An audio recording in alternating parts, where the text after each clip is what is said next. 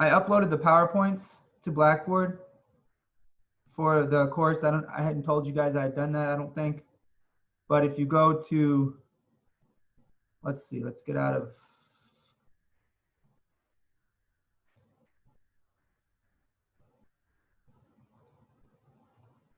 if you go to your course, you guys are section A1, and you go to course materials, you'll see the PowerPoints here.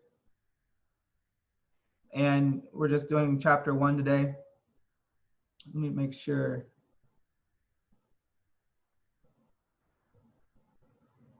Let me make sure this thing is recording. Okay, it is. All right.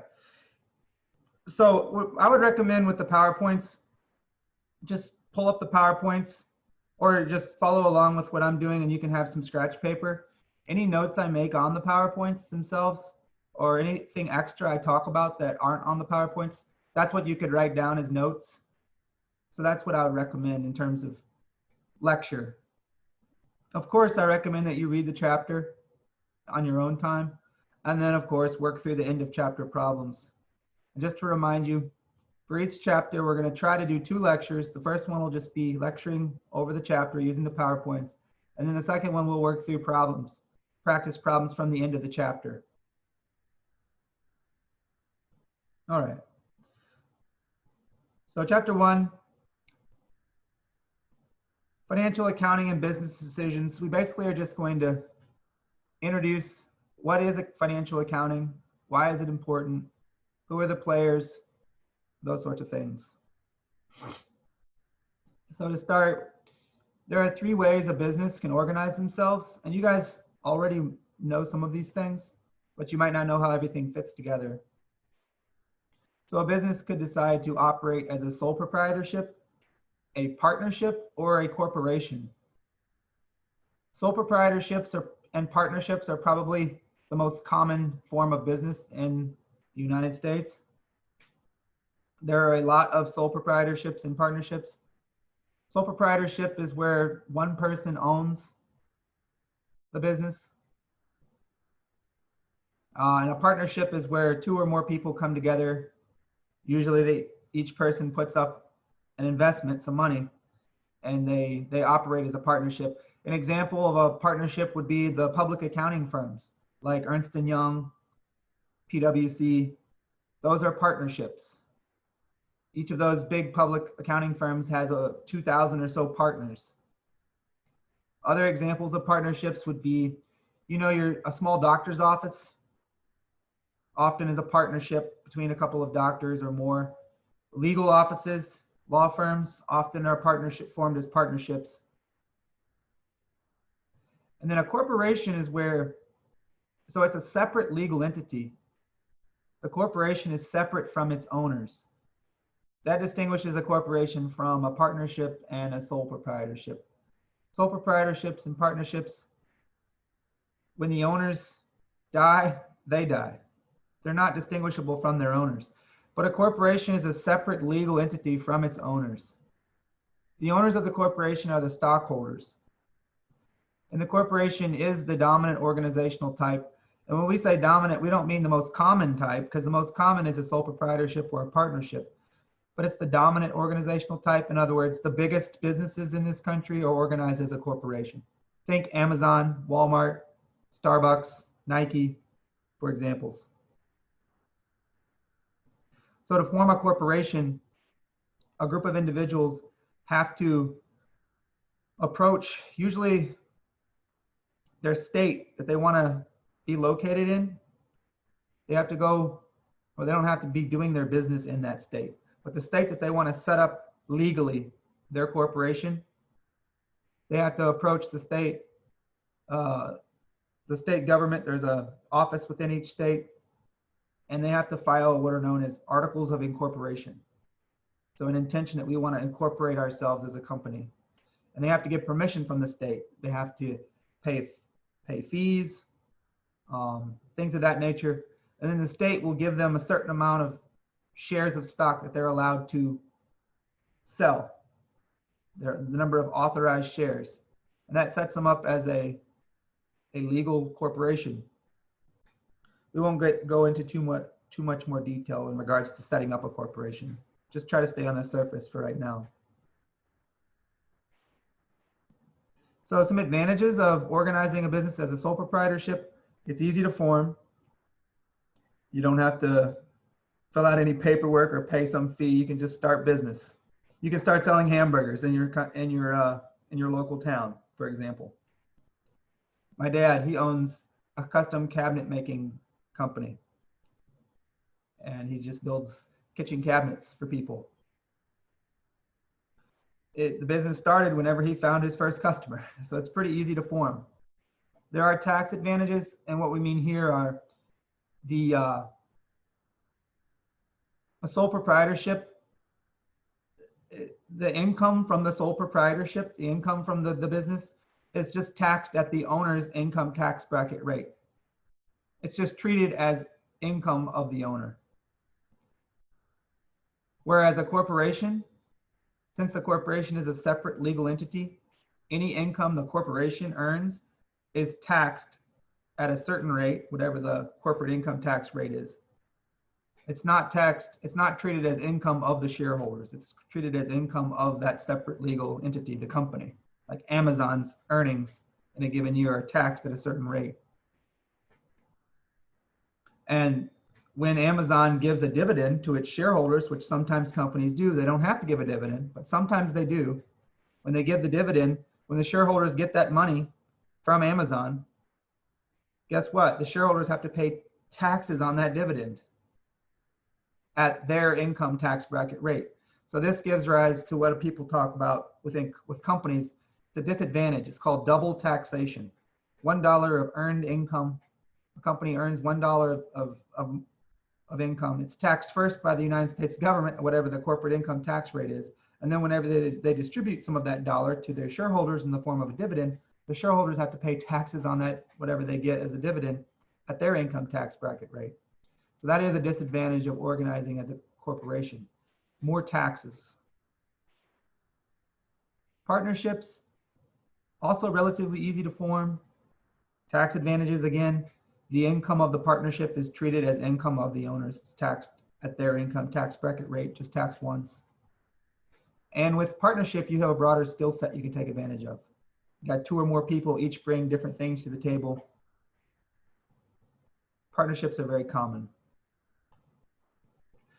Advantages of organizing as a corporation. The corporate form of business is the easiest form to raise capital. If you want to raise large amounts of money quickly, if you're formed as a corporation, you have the ability to do that. Especially if you go public. So corporations that quote unquote go public means they list their stock to be traded on one of the stock exchanges here in the United States. And when they do that, then it makes their company able to be purchased by anyone who wants to own the company. They can go purchase stock in the company on the stock exchange, and the company gets money for that, right? So it's easy to raise money. Also easy to transfer ownership. If you own a share of Nike and someone wants to buy the share from you, they can just do it because of the stock exchanges we have. Transfer of ownership takes place very easily. I'm sure many of you, I don't know about many of you, but some of you have bought stocks and sold stocks. You know how easy that is to do. You have to do it using a third party. You don't actually, suppose you want to buy a company who's on the New York Stock Exchange. You don't go to the New York Stock Exchange and buy the company. You go to some third party website like Scottrade or Ameritrade, and you set up an account with them. And they place the trade on your behalf, but nevertheless, you still buy Nike or you sell Nike if you own it. So easy to transfer ownership. And one of the biggest advantages of the corporate form of government, is limited liability. Individuals are only liable for the money that they put in for their shares of stock. If you buy Nike, say you buy 10 shares of Nike and each share costs you $100. So you paid $1,000 and you own 10 shares of Nike stock. And Nike goes bankrupt. The maximum amount of money you could lose is your $1,000. I mean, you've already given them $1,000, And if their stock goes to zero and you have 10 shares of stock that you can't sell for anything, you've lost $1,000. But you're limited, you're capped at that liability. You're not liable for anything else. If Nike goes bankrupt, they probably have lots of liabilities. They owe they owe their suppliers lots of money, probably millions of dollars. But you're not liable as an owner of Nike. As a shareholder, you're not liable to pay Nike's suppliers or pay Nike's debts. Because again, Nike is a separate legal entity from you, an owner of Nike. So that's one of the biggest advantages of organizing as a corporation. Limited liability. Each owner is limited in their liability to what they put in. We have a question here, a new question that just came in. Spencer says, can you explain the difference between an LLC and a corporation? Right now, I don't want to go into that right now, but I can, if you send me an email, I can do that. So an LLC enjoys that benefit of a corporation, limited liability company, but there's other benefits they don't enjoy that corporations do enjoy. That's basically the short answer. You might wonder, well, what are those other benefits that corporations have that LLCs don't? We can go over that, but let's not do that now. That's a good question, though. I like that question. All right, all right. You guys can type in the chat. Each of the following is an attribute of a corporation, except which one of these is not an attribute of a corporation?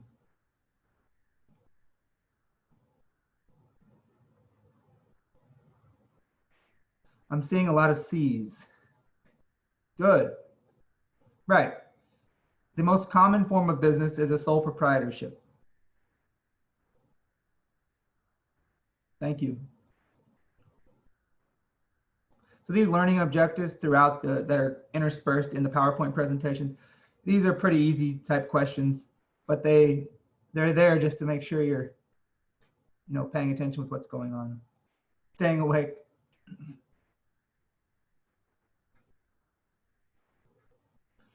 All right. Business activities. From now on, we're going to be talking about businesses organized as corporations for the rest of the course. We're going to leave sole proprietorships and partnerships. And the reason is with corporations, since they are a separate legal entity, there are laws, lots of legal things, lots of laws that they have to follow in terms of accounting. Whereas sole proprietorships and partnerships aren't subject to those things. Like my dad doesn't have to follow any laws in terms of how he accounts for the transactions that he engages in with his little business. He just keeps track of it himself, but he doesn't have to follow laws. But with corporations, they have to follow the rules. There's lots of rules. So we're going to be talking about corporations from here on out.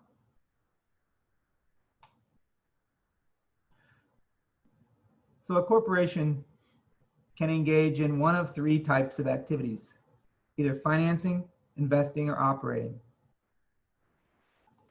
These are the three types of any company you can think of.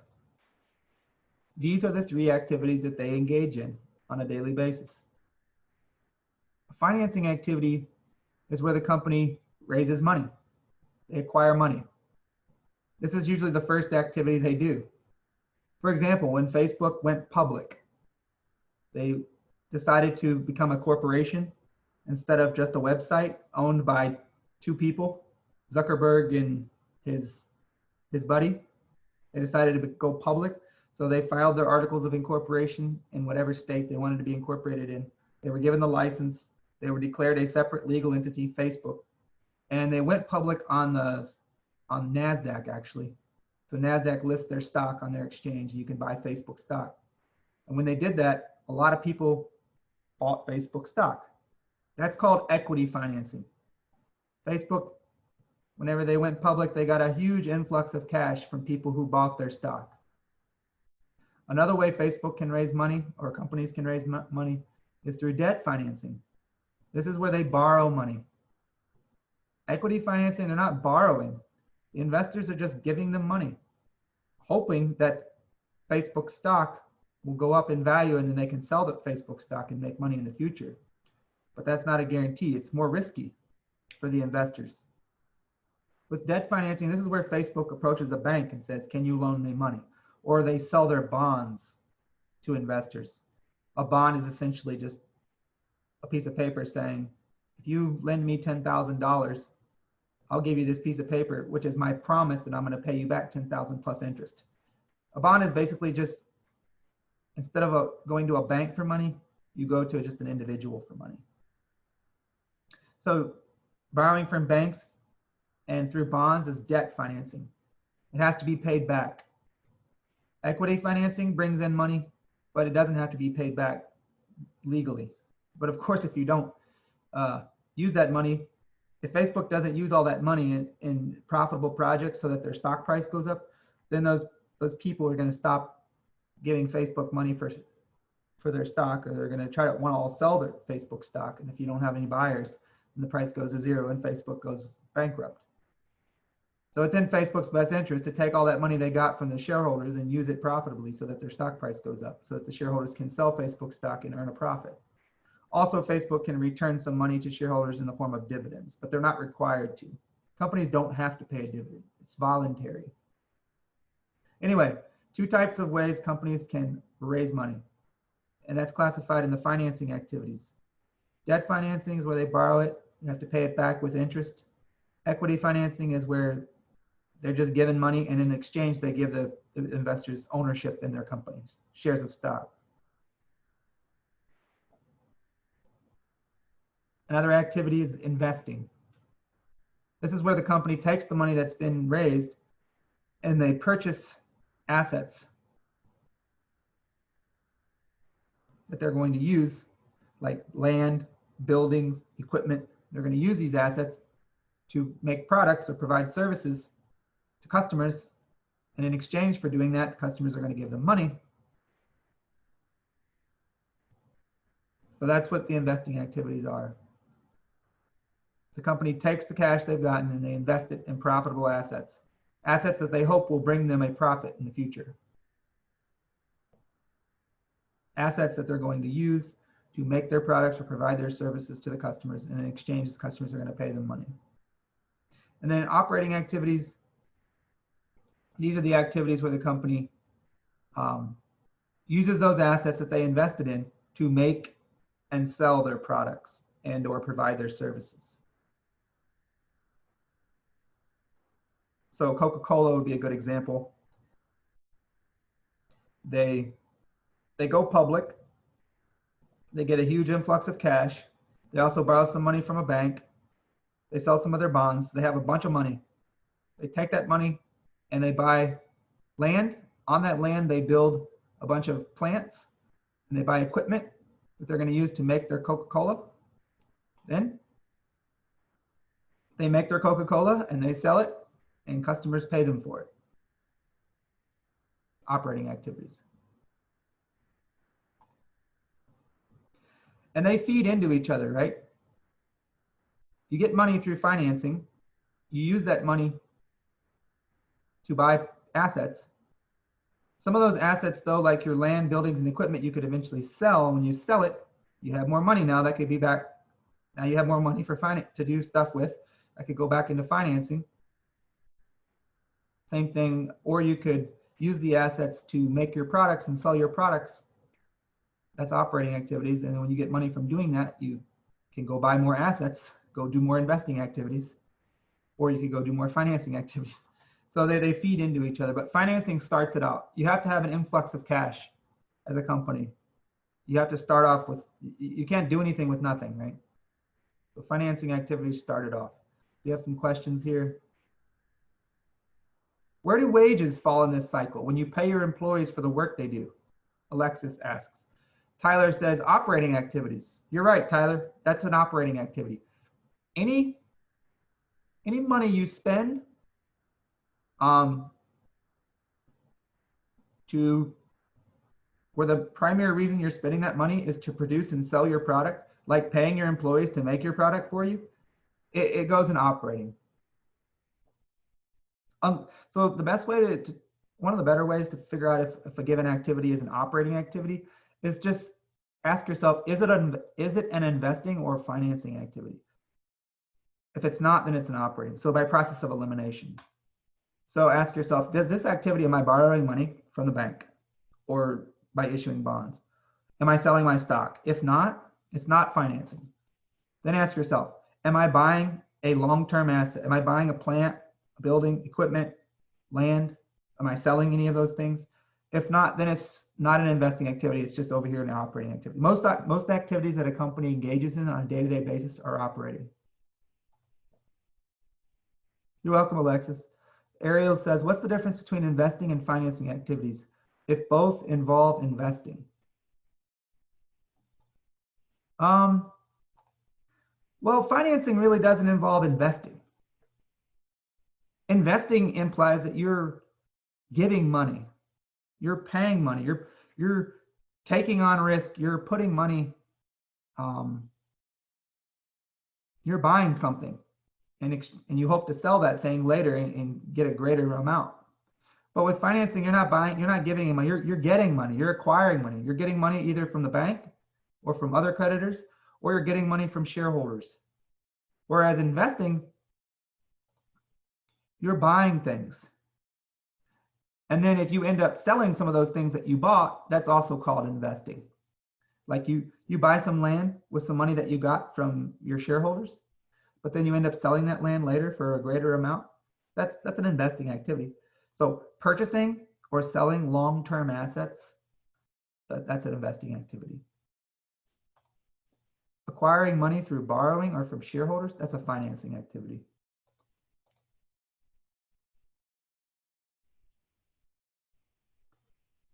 Yes, that's right, Spencer. You're welcome, Ariel. Good question, though. You're right, though, Spencer. Wait, did Spencer send that to everyone? Is everyone seeing the answer? Or he just said, yeah, okay, good.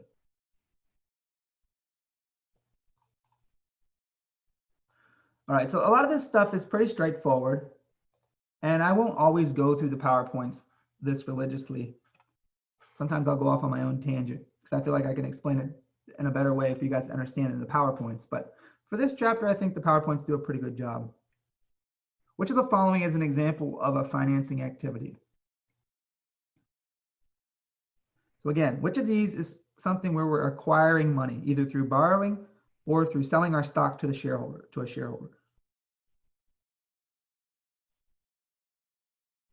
So I see a lot of B's. That's right. Good. Now the questions on the exam, there may be a couple this easy. A few, but not too many.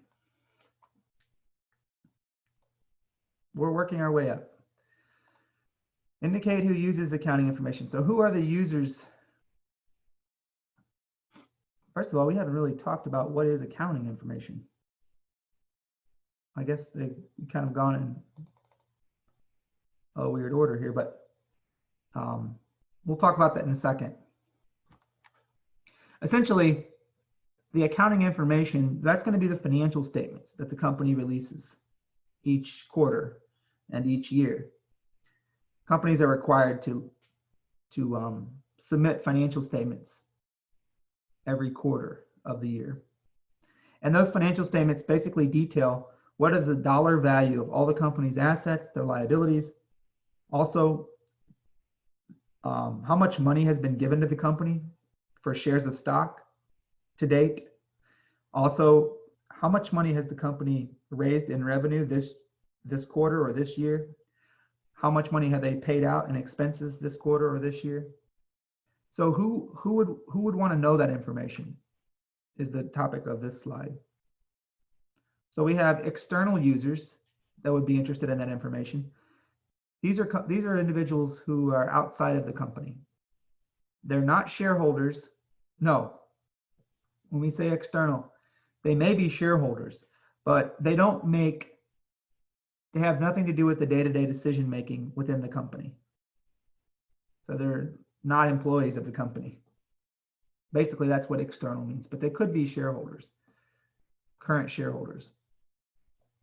But they're outside of the decision making of the company. They're external to the decision making. Like you might own Nike stock, but you have no control over what Nike does, right? So you are external. You're an owner of Nike, but you're external in that sense. You don't have any control. You have no decision making ability for Nike or know what's going on within the company.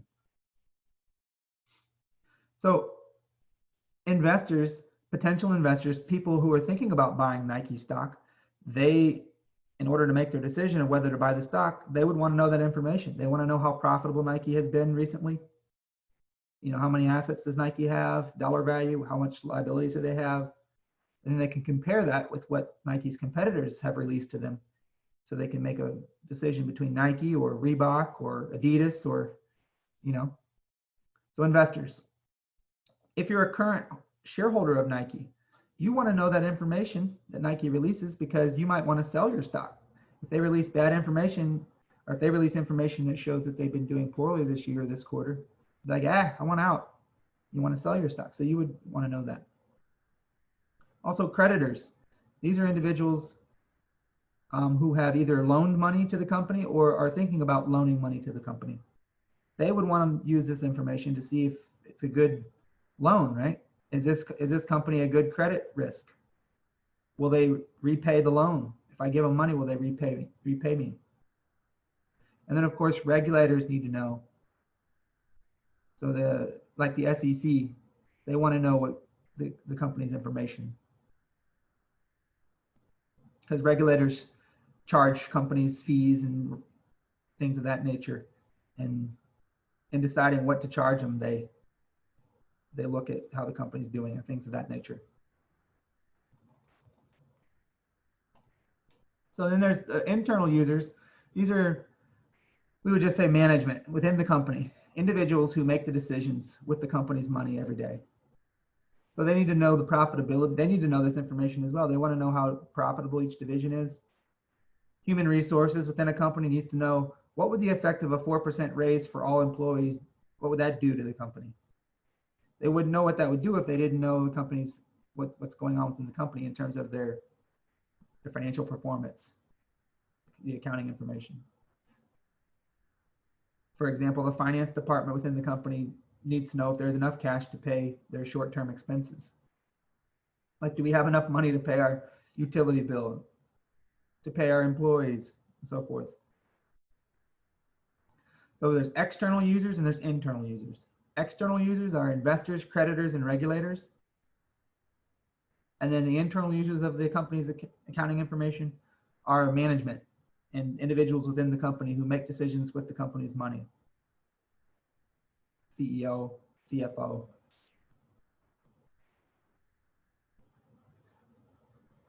Ethics and accounting. Ethics has always been important when it comes to accounting, but it increasingly has become more important in the last 20 years. So ethics, you guys know that, deals with the values, rules, and justifications that govern one's way of life. Many businesses have a written code of ethics to help guide the behavior of employees. And accounting organizations such as the AICPA have a professional code of ethics. So you can't get your CPA license unless you adhere to this professional code of ethics. And if you do get your license, it could be taken away from you if you don't adhere to this professional code of ethics. So the problem is unethical behavior can result in misleading financial statements. And if the company releases financial statements that are misleading, in other words, the dollar values on those statements don't fairly represent the company's financial position. They're misleading. And then people make decisions whether to buy the company stock, whether to lend the company money based on those misleading statements. Those people who lent the company money or bought their stock, it's not fair, right? They could lose their money. Like if they knew the truth, they wouldn't have given the company money, for example, right? So a big accounting scandal comes to mind. In 2001, I don't know if you guys have heard of Enron, but there was a big firm. They're not an accounting firm. They were a big utility company headquartered in Houston, Texas. And at the time, they were I think the 7th largest company in the world in terms of total assets. I can't remember exactly the measure, but they were a very large company, and their stock was trading at an increasingly higher and higher price on the stock exchange. And they were releasing these financial statements every year, every quarter, showing increasingly better performance. The graph looked like it was an upward line in terms of their revenue. Everything looked good. And individuals looked at those financial statements and bought their stock. Everybody wanted to get in. A lot of banks lended them money. People bought their bonds, which means they lended Enron money. And then it turns out so what happened was Enron was audited by Arthur Andersen. Arthur Andersen is in a public accounting firm, or at that time was one of the largest public accounting firms.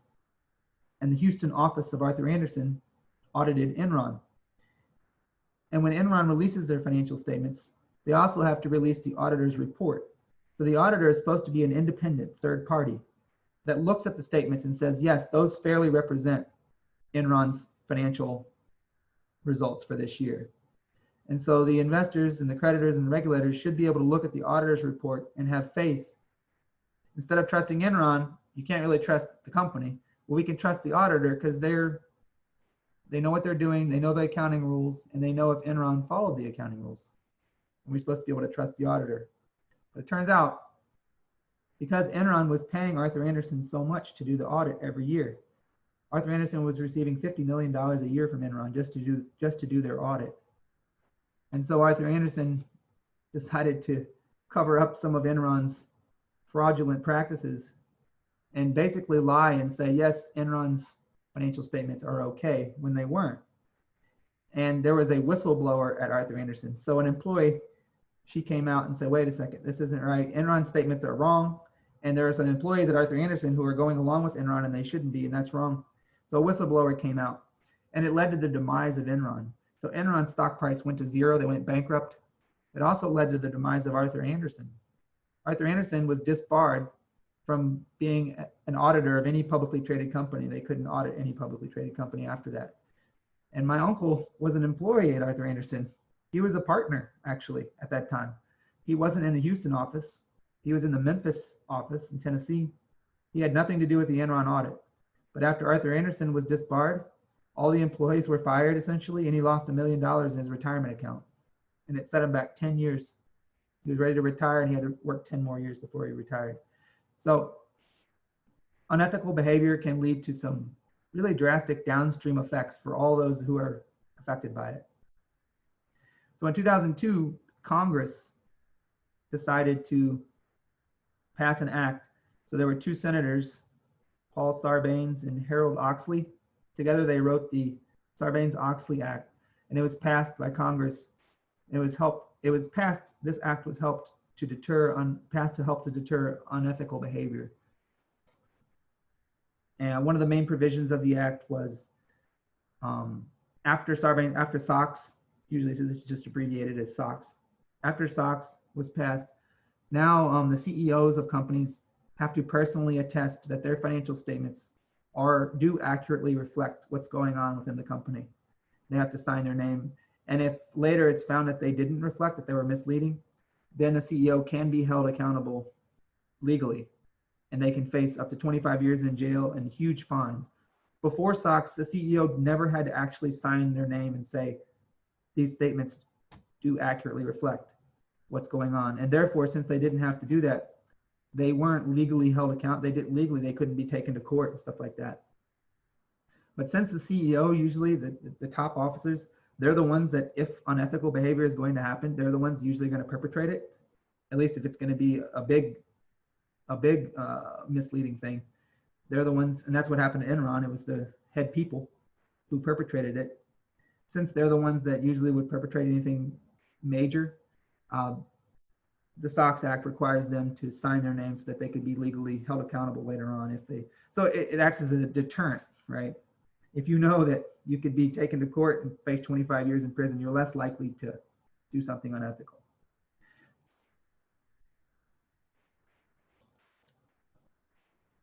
All right, let's talk about accounting.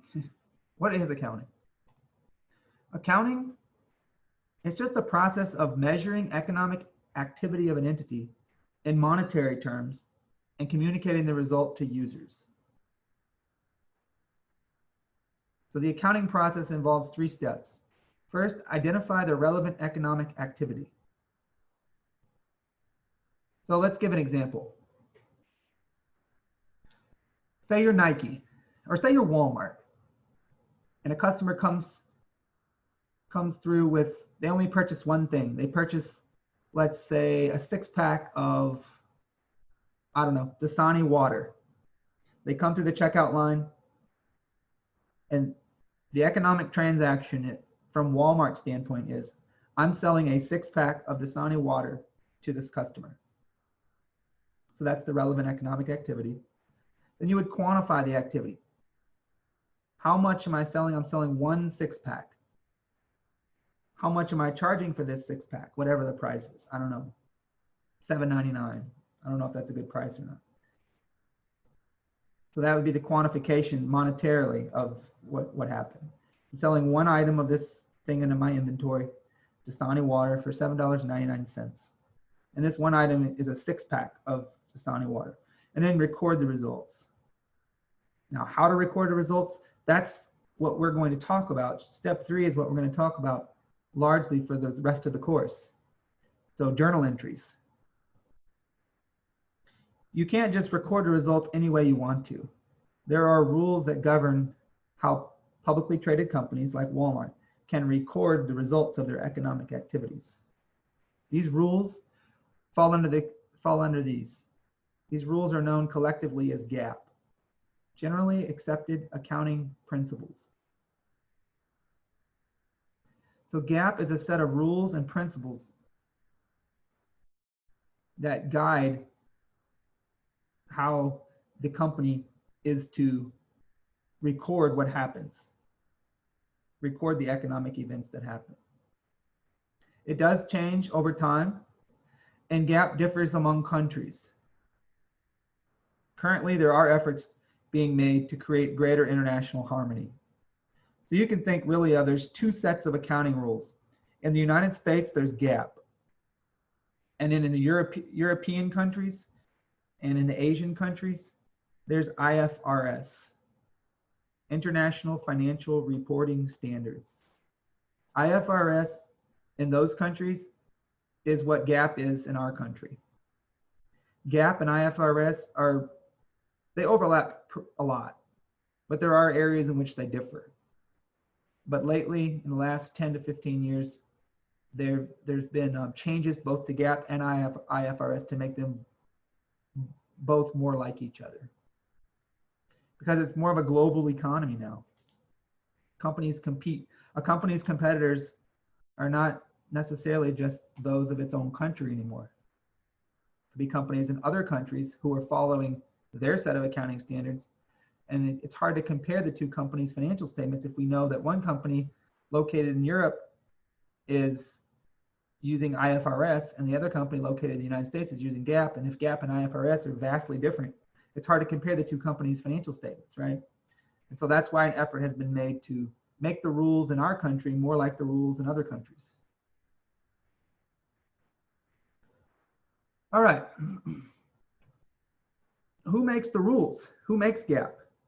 Technically, the FASB, Financial Accounting Standards Board. They're the ones that make GAAP.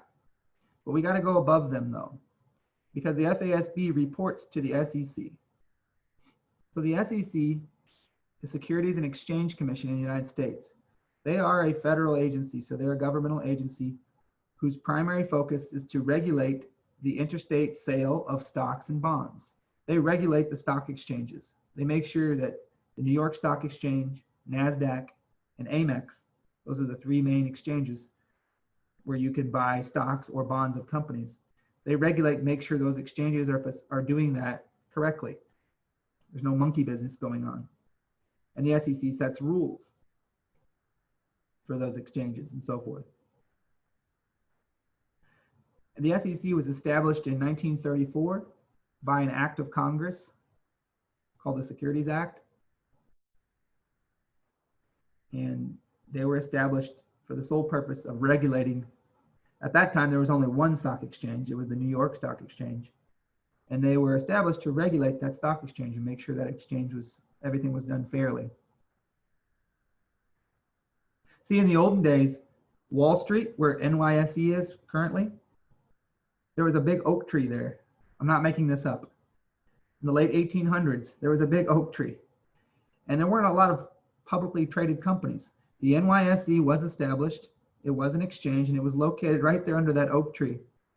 So if you wanted a share of, say, John Deere's stock, if you wanted to own John Deere, or if you wanted to own Ford, and you lived, say, in Nebraska, you or somebody on your behalf had to travel to New York City, to Wall Street, to that oak tree, and you had to meet with a stockbroker, and the stockbroker would facilitate the exchange.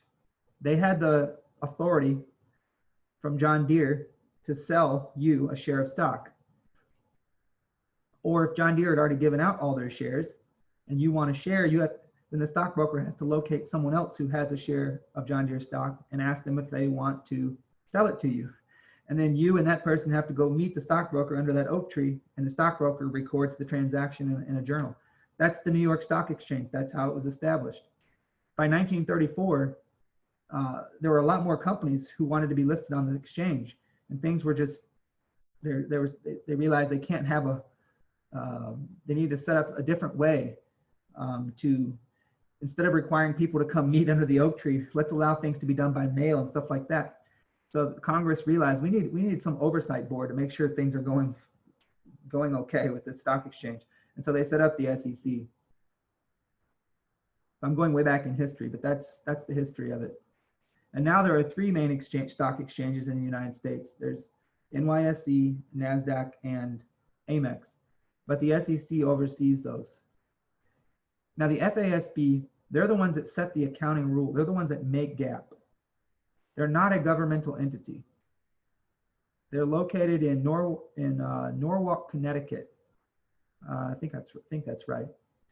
And there's 7 members on their board, but they have lots of other employees. And together they have codified how GAAP is organized and communicated. You can go look at their website. They're the ones that make new rules. They change old rules. And of course they report to the SEC. So the SEC has to say, yeah, that's okay to change that rule and things of that nature. The SEC has a final say, but they're not a governmental entity. They're a private entity. So so the companies have to follow the rules have to follow GAAP set forth by the FASB in preparing their financial statements. And the auditors who audit those financial statements, they have to know GAAP as well, but they have to follow a set of standards when they audit the financial statements. So they're auditing to make sure that the financial statements follow GAAP.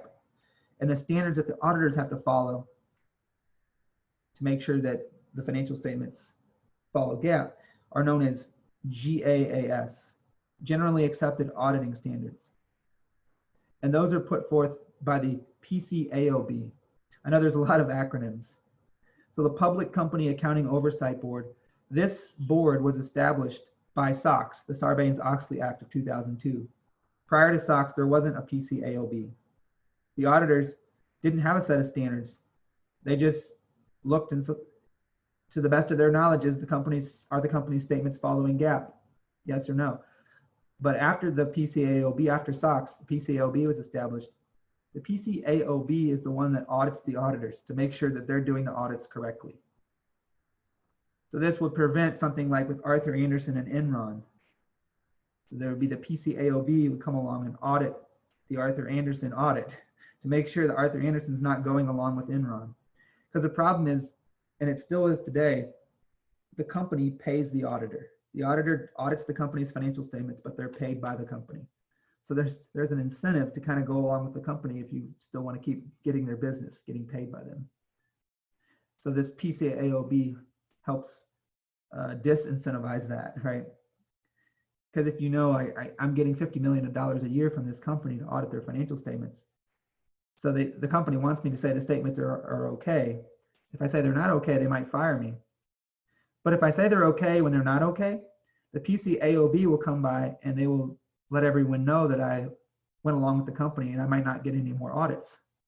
So there's that disincentive now. So the PCAOB, they randomly select a sample each year. They don't audit every audit. So let's take a big auditor today. PwC is one of the big four auditors. There's four big auditors in the United States or in the world. PwC, Ernst & Young, KPMG, and Deloitte. Take PwC. PwC throughout the world, and there's offices all over the world, they do thousands of audits. The PCAOB will take a sample of audits that PwC does. Some small audits, some bigger audits, and they will audit those audits. They won't audit every audit, but they'll audit some of them, a random sample. So PwC has to follow GAS whenever they do an audit.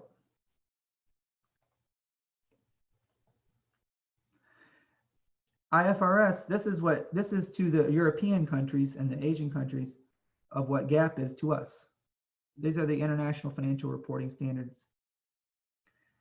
Who makes the IFRS? The FASB makes GAAP. Who makes IFRS? The IASB, International Accounting Standards Board. Their head office is located in London, England. So approximately 120 nations, countries, or reporting jurisdictions use IFRS.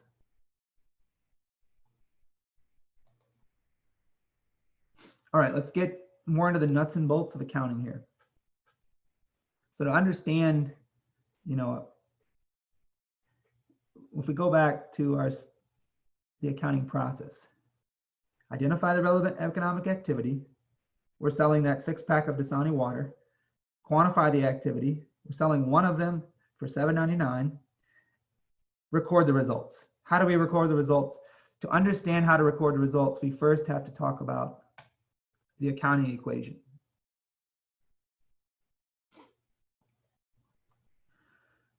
Before we talk about the accounting equation, let's talk about each financial statement.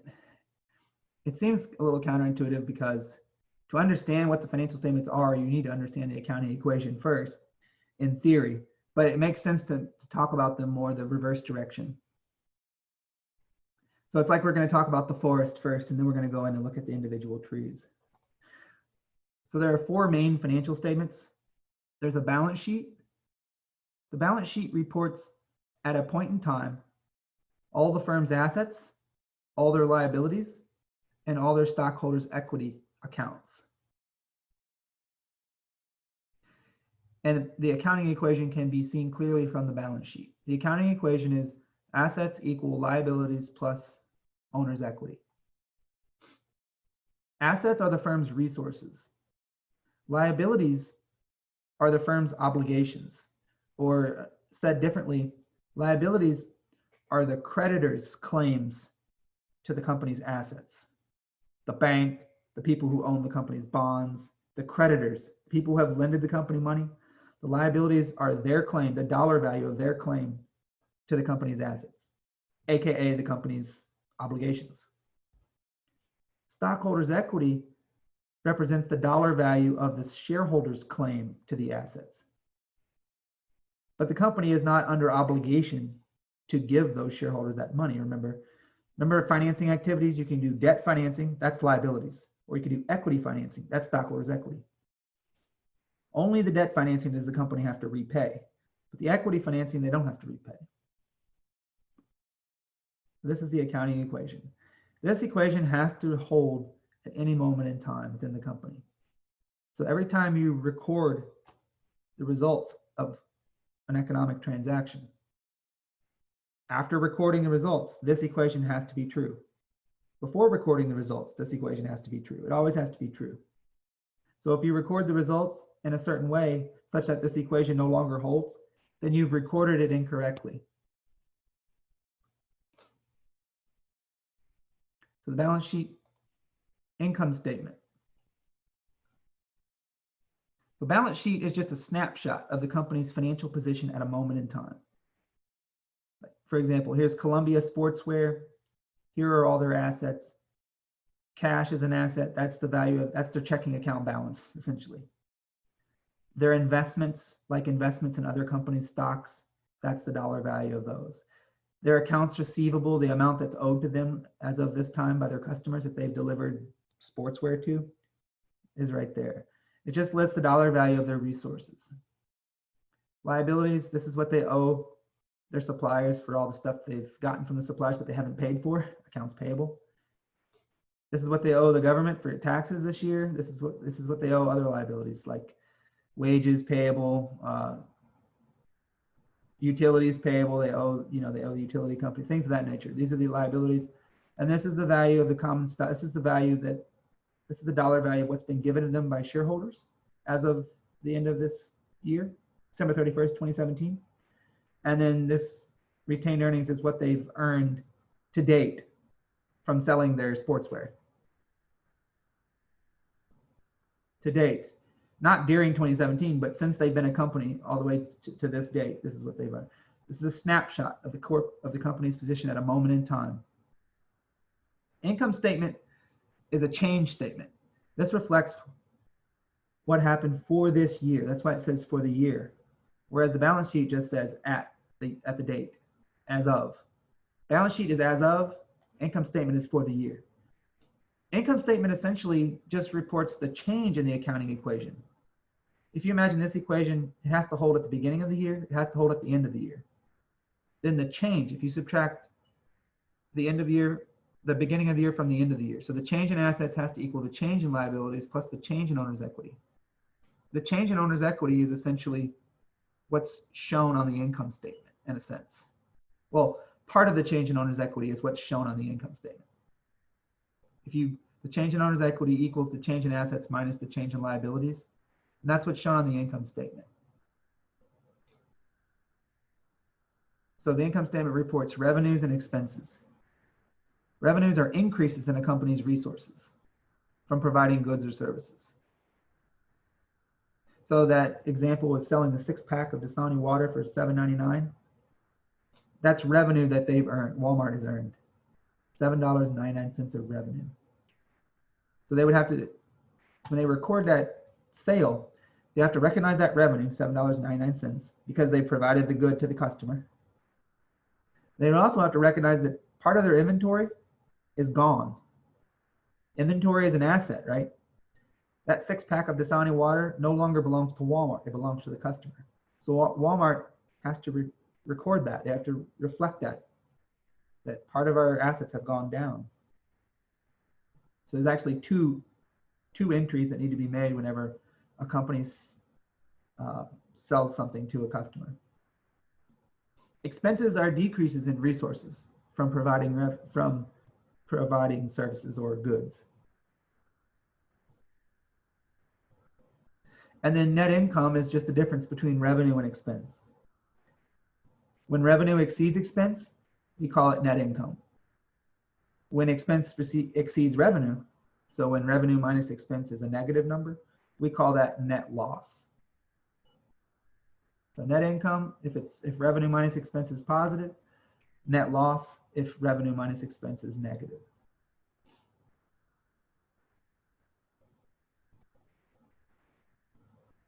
The third financial statement is the statement of stockholders' equity. The statement of stockholders' equity just explains the change in stockholders' equity over the year. So it's a change statement as well. There are two pieces of stockholders' equity. There's contributed capital and there's earned capital. So if we go back to the accounting equation, stockholders' equity is comprised of two things: money given to the company, contributed capital, and then money that the company has earned themselves by selling their products to customers, earned capital. The contributed capital usually is just called common stock, and the earned capital is called retained earnings. And so the statement of stockholders' equity just explains the change in common stock and retained earnings, and hence the change in stockholders' equity for the year. So we start the balance at the beginning of the year, which is the same as the balance at the end of the previous year. And then we explain the change here. So common stock started 2017 or ended 2016 with a $53,801 balance. And that's in thousands. So you have to multiply that by 1,000 to get the actual number. Companies do that so that their statements don't have long numbers on them. They'll say in millions or in thousands. So they start the year, their common stock has this much balance, which means that's the amount of money as of December 31st, 2016 that has been given to the company in exchange for shares of Columbia Sportswear. Now, during 2017, $27,570 times $1,000 additionally were given to Columbia in exchange for Columbia giving some of their shares. And then during 2017, Columbia, the company, bought back some shares. So they gave money to those shareholders and took the shares back from them. And so the balance at the end of 2017 in common stock is this. So you see the statement of stockholders' equity explains the change in common stock and also the change in retained earnings. As of the end of 2016 or the beginning of 2017, to date, to that time, as of that time period, the company had earned this many dollars from selling their sportswear times 1,000. During 2017, they earned this much from selling their sportswear. And then during 2017, they gave back to shareholders a dividend. So dividends are a reduction in retained earnings. The retained earnings equation is beginning retained earnings plus net income minus dividends equals the ending retained earnings. And then you add the ending retained earnings and the ending common stock, and you have the ending stockholders' equity. Some companies take this retained earnings change and they report it separately as a separate statement of retained earnings. But most companies don't. They just put it right here in one statement of stockholders' equity. So that's the third statement. And then the statement of cash flows is the fourth statement. The statement of cash flows is also a periodic statement. So of the four statements, there's only one statement that's as of a moment in time. It's this balance sheet. But the other three are period statements, what happened during this year. The statement of cash flows, basically, if we go to our balance sheet, you see cash has an ending balance of $673,166 as of the end of 2017. And if we looked at last year's balance sheet, cash had an ending balance of whatever it was. The difference in the ending balance last year to this year, that's what happened in cash, in our cash account this year, right? And that's what the statement of cash flows explains. It explains that difference, the difference in cash. So this year, cash went up by $121,777. The cash at the beginning of the year was this. The cash at the end of the year was this. And so if you take $121,777 and add it to our beginning of year cash, you get our end of year cash. Now, this change in cash is broken down into three parts. Cash flows from operating activities, cash flows from investing activities, and cash flows from financing activities. Notice that the cash flows from operating activities, the cash flows from selling our products and our services was positive, whereas the cash flows from investing and financing were both negative. That can happen, but the sum of these three was a positive number.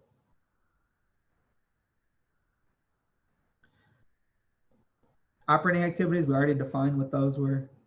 Investing activities and financing, we defined. So this can happen. I mean, you can't make money from selling products and services if you don't first invest money to buy buildings and land and equipment that you're going to use to make those products and services, right? So often for a healthy company, you will see this. You will see negative cash flows from investing, positive cash flows from operating, and that's okay. And then negative or positive for financing. The only way you'd see positive for investing is if they decided to sell one of their long-term assets, like sell their land or their equipment, and they got a huge amount for that. That's a positive cash inflow, and that could offset any cash outflows from buying new assets that year. But a lot of times companies have negative cash flows from investing activities. Now, if you see negative for all three, that's not very good. That means their cash went down that year. But it doesn't necessarily mean the company is doing poorly. You have to look at the other financial statements as well. What are the relations among the statements? And which statements have to be, do the statements have to be prepared in a certain order? They do. Income statement is prepared first. Why? Because the bottom number on the income statement, net income, you're going to use that to compute the ending retained earnings balance on the statement of stockholders' equity. Remember our statement of stockholders' equity? Retained earnings was one part of it, and we're trying to explain the change in retained earnings. So beginning retained earnings plus net income this year. Well, if we haven't prepared the income statement, we won't know this number.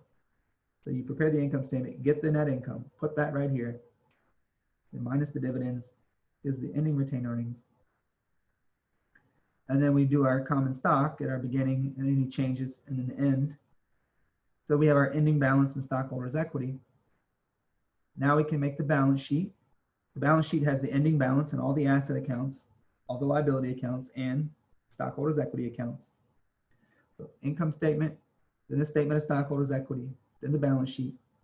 And then after the balance sheet, we can do the statement of cash flows. You have to do the balance sheet before the statement of cash flows because, remember, the balance sheet lists the ending balance in all the assets. And it's in particular, cash is an asset. The ending balance in cash is listed on the balance sheet. And that's what you put at the bottom of the statement of cash flows, the ending balance of cash. That's how you can check yourself so that you can make sure that your net increase or decrease in cash plus your balance in cash at the beginning of the year does equal the balance at the end of the year. If it doesn't equal the balance at the end of the year, then you've computed your cash flows incorrectly. So the order of the statements, net income, then statement of stockholders' equity, then balance sheet, then statement of cash flows.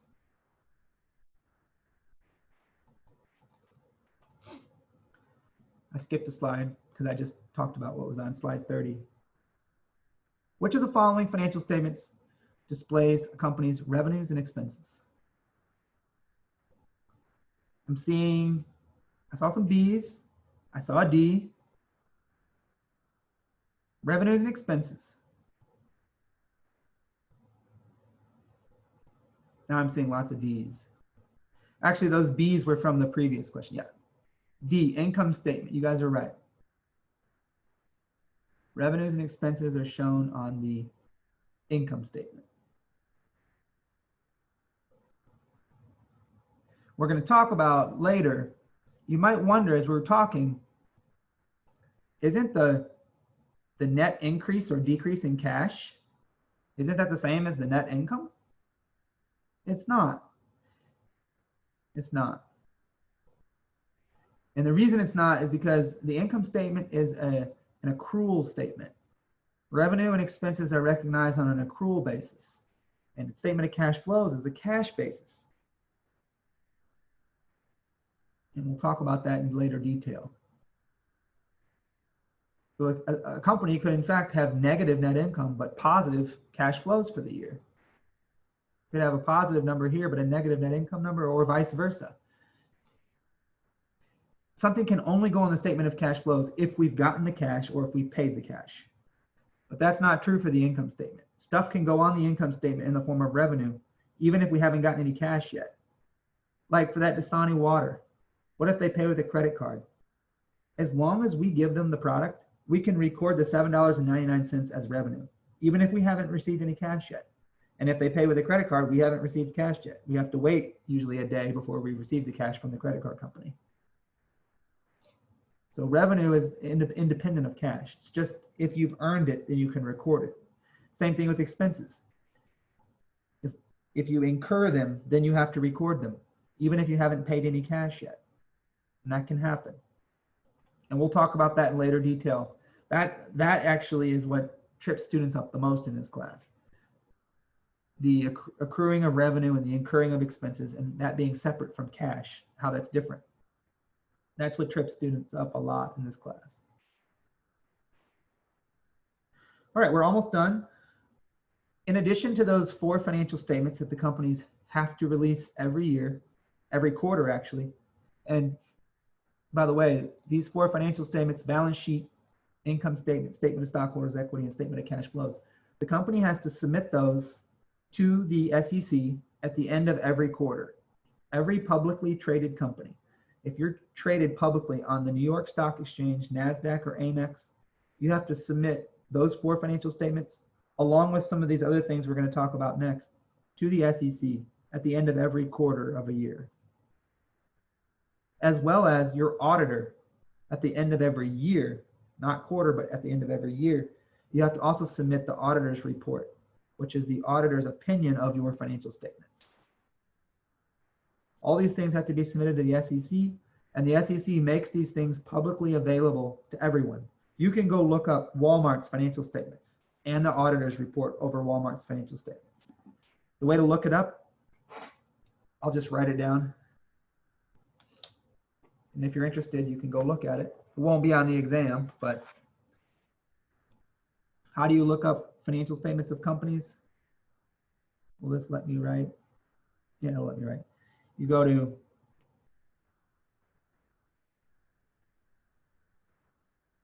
it's Edgar. Actually, just go to Google and type in Edgar SEC. Because I don't remember the exact link.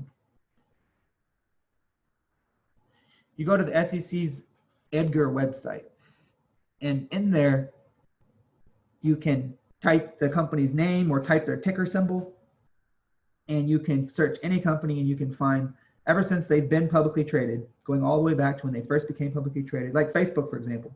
You can go and search and you can look at their, every quarter, you can see their financial statements and so forth. Now, collectively, the financial statements, along with these other things that we're going to talk about, the companies will put all this together into what is called a 10K or an 8K or a 10Q if it's a quarterly filing, or an 8Q. And K for annual, Q for quarterly. And what is this 10K or 10Q? That's just the form number, the form name that the SEC gives. So you'll see on that Edgar website, 10K, 10Q, 8K, 8Q. The 10Q is for that quarter, it's those 4 financial statements, plus these other things we're going to talk about, all combined into a document. So what are some other things the company might release other than the statements? Well, a discussion by management of the company's financial condition that year. So it's management's interpretation of the company's recent performance and financial condition. And this is usually written in paragraph form. Obviously, it's not numeric as much like the financial statements are. Those are required to be in a certain format. And we'll talk about the format later. We kind of glossed over that. But this is more just the management, and usually they cast those financial numbers in as positive a light as possible, as you can imagine. They just talk about their year as a company. And they give their forward-looking opinion, how they think they'll do in the future. Also, there's some notes to the financial statements that give the users information about what assumptions the company was making. For example, on the balance sheet, one of the assets the company has to list the dollar value of is inventory. And according to the rules, according to GAAP, the company is allowed to choose one of 3 methods to value their inventory. They can either choose FIFO method, LIFO method, or a weighted average of those 2 methods. And so along with listing the dollar value of inventory on the balance sheet, the company also would have a note to the financial statements which described what method they used to value their inventory, because there are 3 that they could have used. And there's other examples of that throughout the financial statements. And of course, part of the additional information the company will put is the auditor's report. It's just a short report by the independent auditor. It contains their opinion regarding the financial statements. They're supposed to be independent. And there are some other things as well. Careers in accounting. Accounting is a bright field. If you guys are accounting majors and you're wanting to do accounting as your career, it's a great field. You'll always have a job. If you're not an accounting major, you should consider doing it. It's a rewarding career. The days of, a lot of people have in mind an accountant sitting by themselves in a room crunching numbers, isolated from society. That couldn't be further from the truth. In fact, accountants work together in groups. There's a big social aspect to accounting. Nowadays, they're doing less isolation work that they used to do and more working in groups. And it's a great job. They're paid well. They get to do a lot of traveling, and there's a lot of opportunities with a career in accounting. I think that pretty much, there is an appendix. Some of these chapters have appendices. You're not required, for this chapter, you're not required to read the appendix. I will tell you for each chapter if you're required to read the appendix or not. Some of the chapters you're required to do the appendices, and some you're not. Obviously, if you're required to do it, we'll talk about it. Since you're not required for this chapter to do the appendix, we won't talk about that. So I'm stopping sharing my screen. And that concludes the chapter 1. So I would suggest you guys, you can go and read through chapter 1 between now and Thursday. Thursday, we're going to work through some end of chapter 1 problems exercises, and we'll be done with chapter 1, and we'll move on to chapter 2 next week. Are there any questions before I sign out? And there's a lot of material for you guys, and I know sometimes I tend to talk pretty quickly, but then again, the video will be online, and you can look at that as well. If you guys have any questions, you can ask me. If you have any questions that you think of later, you can email me. Madison says, do we have any assignments this week? No. Remember the syllabus. There are homeworks that are due in my business course. There's a homework for each chapter, but the due dates are in the syllabus. The first 4 chapters homeworks are all due right before exam 1. So it's not like you have to do the chapter 1 homework in my business course this week, but I would strongly recommend that after Thursday, we're going to talk about we're going to do some example problems. After Thursday, I would spend the weekend and I would do the chapter 1 homework in my business course so that you stay up to date. And then next week, at the end of next week, you go do chapter 2 homework and so forth. So that's what I would recommend, Madison. But you don't have anything formally you have to do. Spencer says, what will we be covering on Thursday? Oh, I just said that. Thursday, we're going to work through end of chapter 1 problems and exercises. Huji Wang says, does discussions start this week or next week? I've said this multiple times. It starts next week. Your discussion sections start next week. Be looking for an email from your TAs with the Zoom links. Emily says, can we go back in the My Business course homework to change answers before we submit? Yes, you can. You can, Emily. You can, in fact, go start working chapter 1 homework now and do like the first couple things, and then you can leave, you can get out of it, and then you can come back. It should save your progress, and you can continue on. And then you can submit it whenever you're done. Yes, Mo, you can submit the homework as many times as you want to. Every time you submit it, it will give you a grade, and I see the grade, but I take the highest grade. So you could submit it 100 times, and I would take the highest grade. I want you guys to earn full credit on the homework. If you have any questions about the homework, if you're struggling with a certain problem, you can't get full credit for a given homework, just email me and I'll help you with it.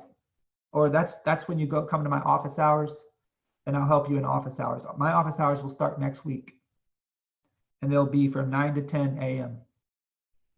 It's in the syllabus. I think it's 9 to 10, or is it 10 to 11? It's in the syllabus.